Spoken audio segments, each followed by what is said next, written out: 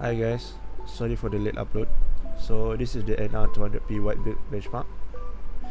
So for the benchmark, I'll be using first the HW-info software, and also for the second software, the infamous MSI Afterburner. Yep. And then for the CPU setup, I mean the TDC, EDC, and also the PPT. This is it. So I'll put it in the description box below. So let's go. So for GTA 5, these are the settings for graphics and also advanced graphics. Feel free to pause and see the settings one by one. Also, I've set all of the settings to maximum to test the setup.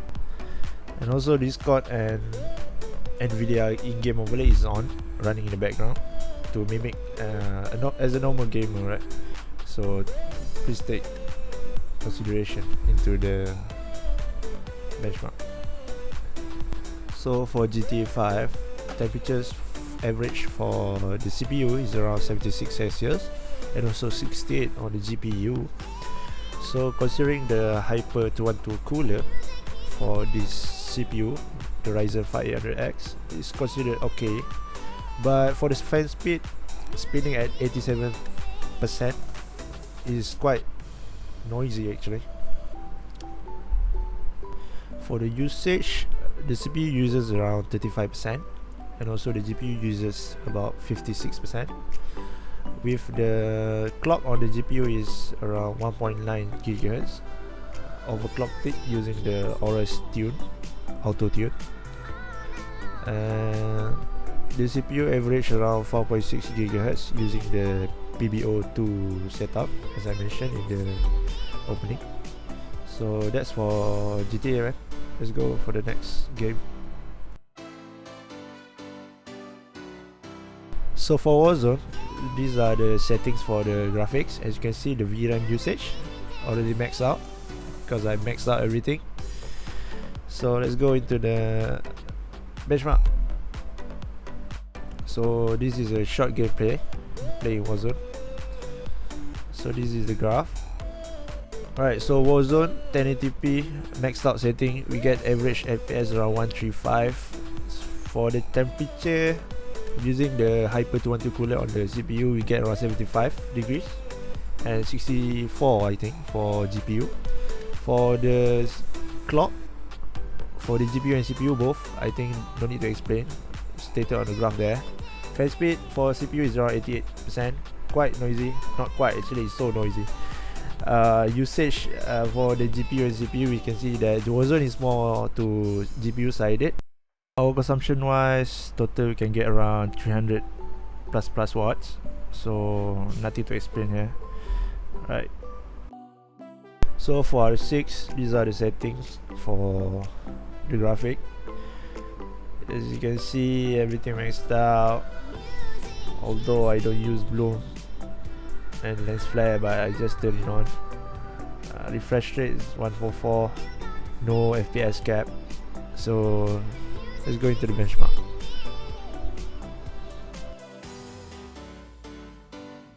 Rainbow Six Siege ultra setting or max setting on 1080p, we get average FPS around 458. The temperatures for the CPU is quite okay, 74 Celsius and also 69 on the GPU. The clock frequency on the CPU and GPU both same as other games, 4.6 GHz on the CPU and 1946 on the GPU. Fan speed for the CPU is around 90%, so quite noticeable if you are not wearing headphones or playing with speakers. But Rainbow Six Siege, bro, you need to get headphones. So if you are wearing headphones, I think there's no problem because you can't hear the noise on the fan. Usage is more GPU sided for Rainbow Six Siege, and also the power consumption is around 400 watts if you are playing max. But I recommended you all to play on a lower setting because it's actually to play quite smoother and easier to spot the enemies if you are playing on low settings. So that's for R6. Let's go to the next game. I think it's Rocket League. Yep, let's go. Alright guys, for Rocket League, these are the settings. Feel free to pause. So these are the results for Rocket League 1080p. We got average FPS around 405. Temperatures average on the CPU is 73 and GPU 69. Okay for the temperature, not so hot, still playable. Frequency on the CPU and GPU 4.7 on the CPU and 1949 on the GPU. Fan speed is noticeable if you are not playing on headphones, or maybe you're playing on speakers. It's quite noticeable. 87% on the CPU using the Hyper 212 cooler. 78% on the GPU, also noticeable. Usage on the CPU is only 70%, not so high, and also on the GPU is only 67%. Power consumption wise, total you can get around 360 watts. So that's Rocket League, man. Let's go to the next game. Hi guys, for No Man's Sky, these are the settings. I maxed out everything, custom. So I tested NMS because from gaming on NMS, I can see that many particles and also textures need to render. So it's quite stressing on the GPU and CPU. So let's go see the graph. So this is a short gameplay. I'm playing on a moon with so many stones, so there are many small stones that need to be rendered. As you can see, the FPS it fluctuates between 30 to 100 something, but on average FPS we can get 139, almost 140 FPS.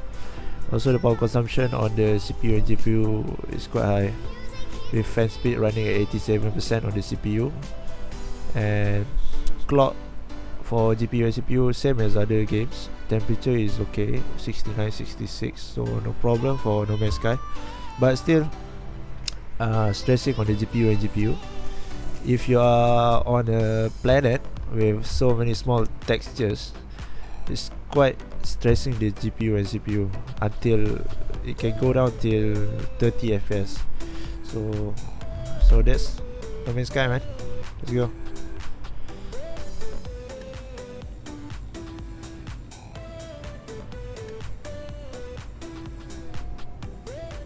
So before I end this video, actually I changed my NR200P setup into a new case, that is the SSUPD side up case, white with tempered glass, with custom cables and also new 280 AIO.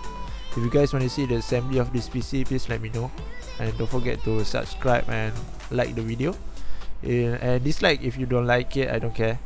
And there are some benchmark on new games such as Battlefield 2042, Forza Horizon 5, and also the shittiest and buggiest game in the world, New World. If you guys want to see the benchmark on these games, these new games on the new case, please let me know and write down in the comments if you guys want to see it. I try to make it a video, although I'm quite busy playing Forza Horizon now because the game is actually quite good and the graphics are so good. And so that's all. Goodbye guys, thank you for watching.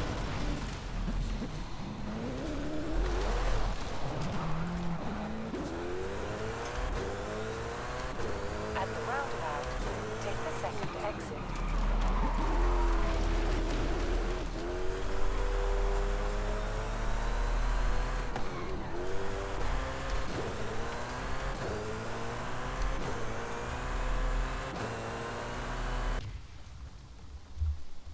Kalau sini sebelah tawau sana jauh sekali.